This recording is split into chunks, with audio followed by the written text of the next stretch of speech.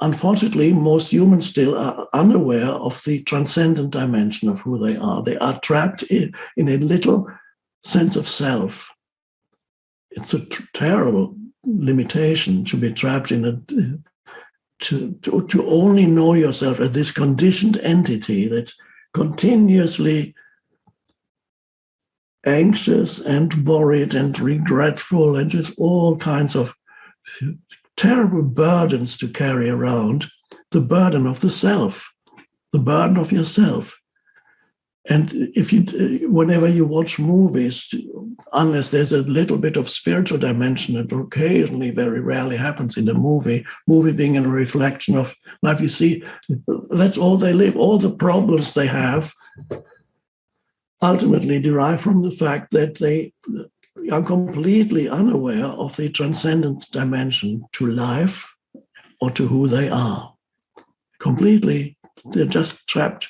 Then every relationship goes wrong eventually without complete lack of awareness of the transcendent dimension in yourself and in the other.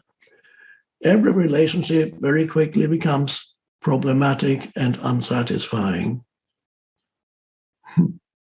And that's the basis of most movies, where most relationships go wrong. It's a reflection of life, of course. And ultimately, without the awareness of that transcendent dimension of who you are, every human being is unsatisfying. You experience every human being as lacking in something. Or in other words, they let you down. You had certain expectations. They're not met after a while.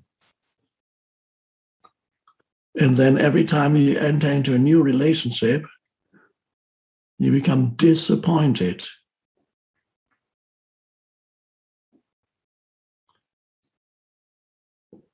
That was the wrong person. And then you choose another one. Or maybe you're more passive and you're chosen by another one. And same thing happens. Situations also, not just human beings, any new situation that you encounter, your new job, a new field of activity, or a new place where you live, after a little while, it's not that satisfying anymore. Nothing is. Because the most vital thing is missing, the transcendent dimension. So you're there, you're only a human, but you have not realized that you are a human being. So that's I always say I love it that the English language does not have a word for that talks about that includes man and woman. So you have to use two words, human being, to talk about man. In some languages, not many, you have words. One word applies to both men and women. Like in German, you have Mensch. Mensch is a human being, but it's one word. But it's wonderful that we have this human being. So the being dimension is what's overlooked traditionally unless there is an opening into the transcendent. And if the being dimension disappears completely from a society, and the disappearance of religion in the Western world, the gradual, especially in Europe, Western Europe, to some extent America too, well, the religion to a large extent has been used by the ego and has become ideology in many cases, religion. Nevertheless, there was always a little bit of transcendence left, just a little bit tiny opening, even though it might have been mostly ideological belief systems that strengthened the ego rather than freed you from the ego. Often religions do work like that. But nevertheless, there was an element of transcendence still left. Even if only at church they read some sayings of Jesus or something, and there was perhaps a slight inkling of what he was talking about.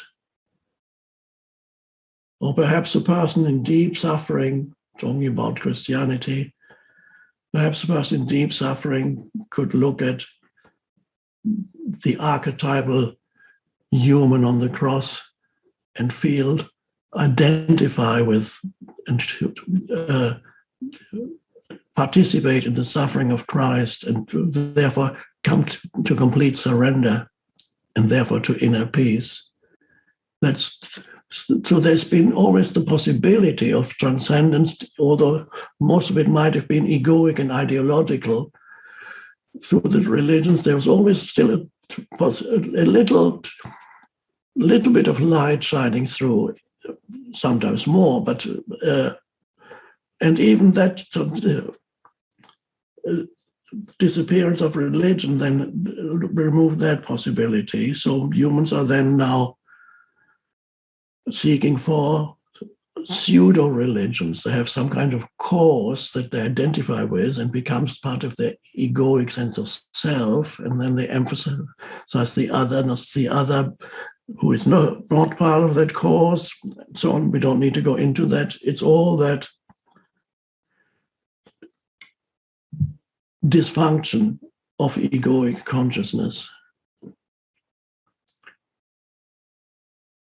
The transcendent dimension is realized the moment you step out of thinking into presence.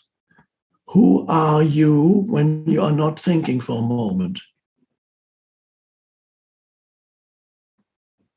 What is left of you when you just, let's say, as we've talked about, you look around the room, but you're not thinking, you're just taking it in. There's an awareness. When you look around the room, let's go back to that little exercise. You're sitting in the room and you look around wherever you are, whatever, outside too or inside, and you take everything in as if you had just arrived, and you're not labeling it mentally.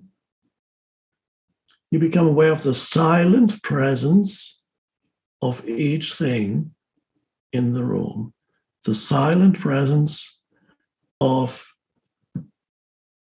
I'm describing what I see, the desk, but I don't call it desk. It's just here. Oh, there's a desk. I've got a bookcase there, the silent presence of that picture, the floor, wooden floor here. The entire room exists in that silent presence. It just, even though they are so-called inanimate objects, inanimate meaning they have no life, but they do have some life. This, you notice a silent presence of each little thing. You can single out one thing and give that attention for a little while, a few seconds, and then there's the totality of the room, the silent presence of this room. But there's more.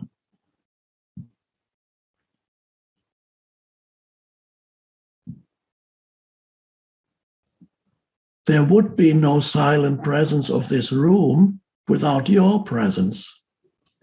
The silent presence of the room and your presence are one presence. So you're not only aware, you suddenly realize you're not only aware of the silent presence of this room. The only reason why you can be aware of the silent presence of this room is that it is one with the silent presence of yourself, of who you are as presence. So there's the presence of each thing in the room, and there's an underlying